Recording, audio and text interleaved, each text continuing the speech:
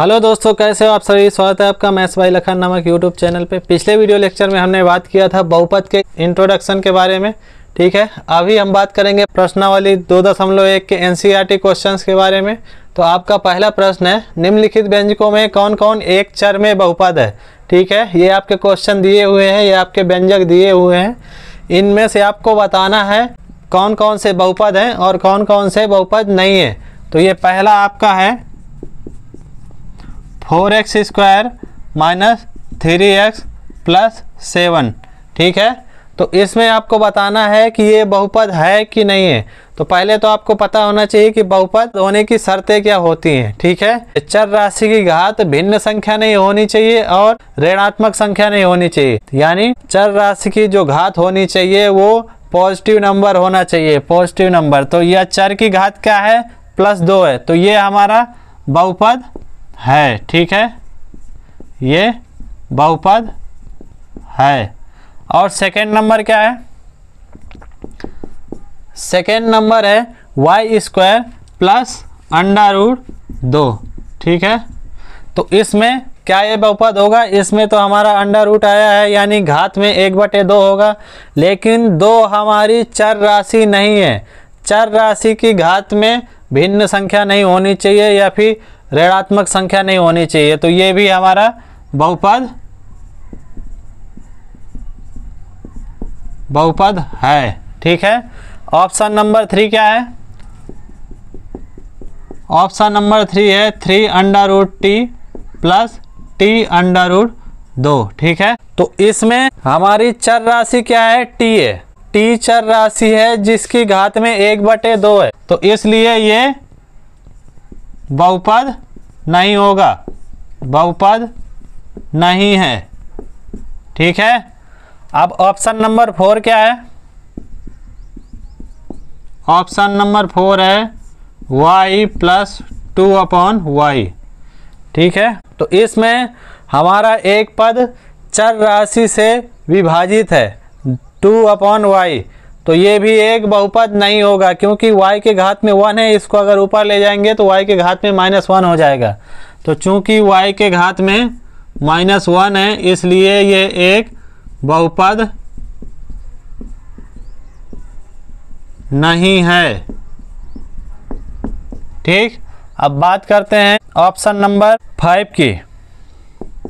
Option number 5 है x⁻10 plus y⁻3 plus t⁻50। ठीक है, ये बहुपद है कि नहीं है।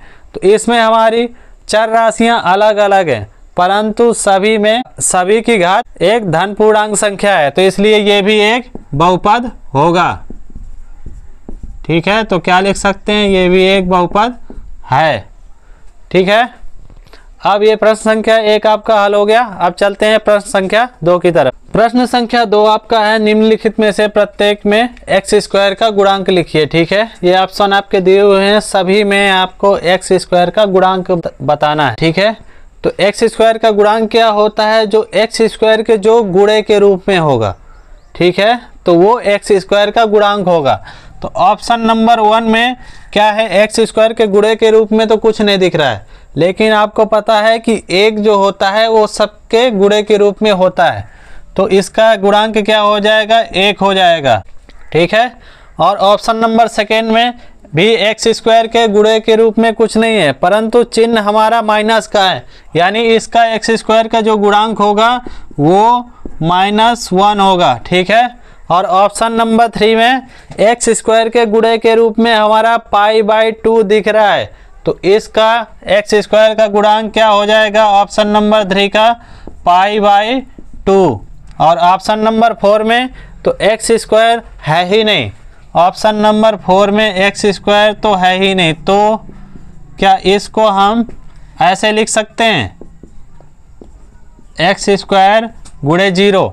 अगर इसका मान जब इसका इसमें गुणा करेंगे तो 0 हो गया, और 0 को रख भी सकते हैं और हम हटा भी सकते हैं क्योंकि 0 का कोई महत्व तो नहीं है, वहाँ पे प्लस में है। तो ठीक है, तो यहाँ पे x² का गुणांक क्या हो जाएगा, इसमें 0 हो जाएगा, इसलिए x² वाला पद हमारा 0 है। तो क्या हो जाएगा, 0 यानी 0। ठीक है, तो ये प्रश्न संख्या 2 भी आपका हो गया। अब चलते हैं प्रश्न संख्या 3 की तरफ। प्रश्न संख्या 3 आपका है 35 घात के द्विपद का और 100 घात के एक पदीय का एक एक उदाहरण लिखिए। ठीक है, 35 घात का द्विपद क्या होगा, यानी 2 पद हमें रखने हैं और जो चर राशि होगी उसकी घात हमें 35 रखनी है। तो ये हो गया s के घाते 35 प्लस 1, या फिर आपको केवल जो अचर राशि है उसकी घात 35 रखनी है और एक पद हमें और जोड़ना है। तो 35 घात का हमारा द्विपद हो जाएगा और 100 घात का एक पद ही, तो आप एक पद ले लीजिए और घात में 100 लगा दीजिए। ठीक है,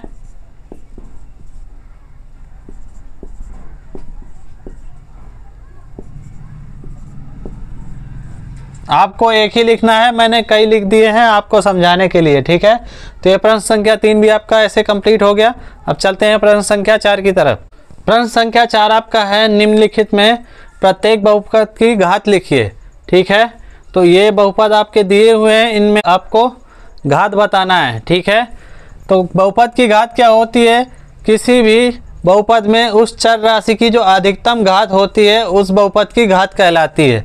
जैसे इसकी चर राशि क्या है, x है और x की जो अधिकतम घात है वो 3 है, x क्यूब, तो इसकी घात क्या हो जाएगी 3। और दूसरा है, दूसरे में चर राशि हमारी y है और y की जो अधिकतम घात है वो 2 है, तो इस बहुपद की घात 2 हो जाएगी। और तीसरा नंबर है 5t माइनस रूट 7, यानी इसमें अचर राशि हमारी t है और t की घात कितनी है, केवल 1 है, तो इसकी घात हो जाएगी 1। और ऑप्शन नंबर 4 की बात करें तो इसमें बहुपद हमारा है लेकिन इसमें चर राशि नहीं दी हुई। क्या हम इसको इतना लिख सकते हैं 3x के घाते 0, यानी किसी भी संख्या के घात में 0 का मान 1 होता है, ये 3 गुणे 1 के रूप में है, यानी ये जो बहुपद है इसकी घात कितनी होगी, 0 होगी। तो ऑप्शन नंबर 4 का क्या है 0, ठीक, 0। ऑप्शन नंबर, इस तरह से प्रश्न संख्या 4 भी आपका कंप्लीट हो गया। अब चलते हैं प्रश्न संख्या 5 की तरफ।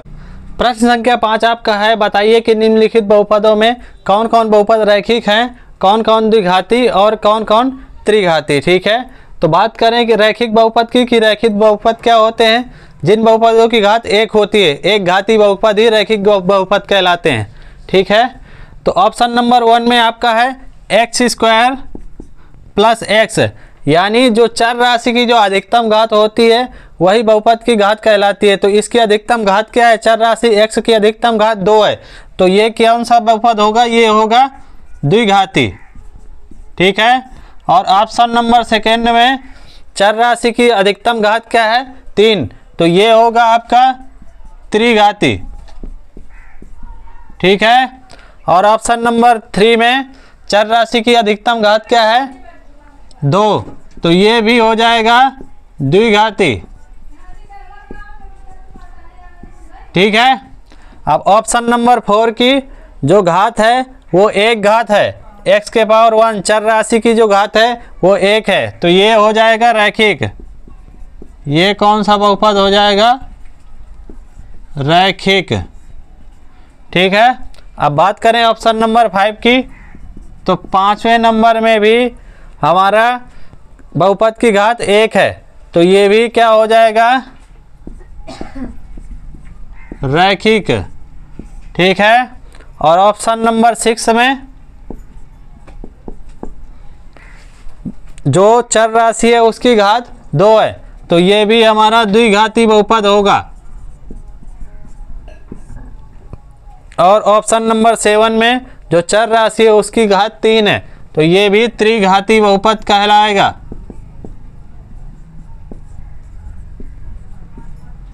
ये हो गया त्रिघाती। ठीक है, ये प्रश्न संख्या 5 आपका कंप्लीट हो गया। इस तरह से एक्सरसाइज 2.1 के आपके एनसीईआरटी क्वेश्चन सारे हल हो गए। 5 ही क्वेश्चन थे इसमें। तो नेक्स्ट वीडियो में हम लोग बात करेंगे एक्सरसाइज 2.1 के एडिशनल इंपॉर्टेंट क्वेश्चंस के बारे में। तो इस वीडियो में फिलहाल इतना ही। अगर वीडियो अच्छी लगी हो तो लाइक करें, सब्सक्राइब करें और शेयर करें दोस्तों के साथ, और कमेंट करके ज़रूर बताना कि वीडियो कैसी लगी। Thank you.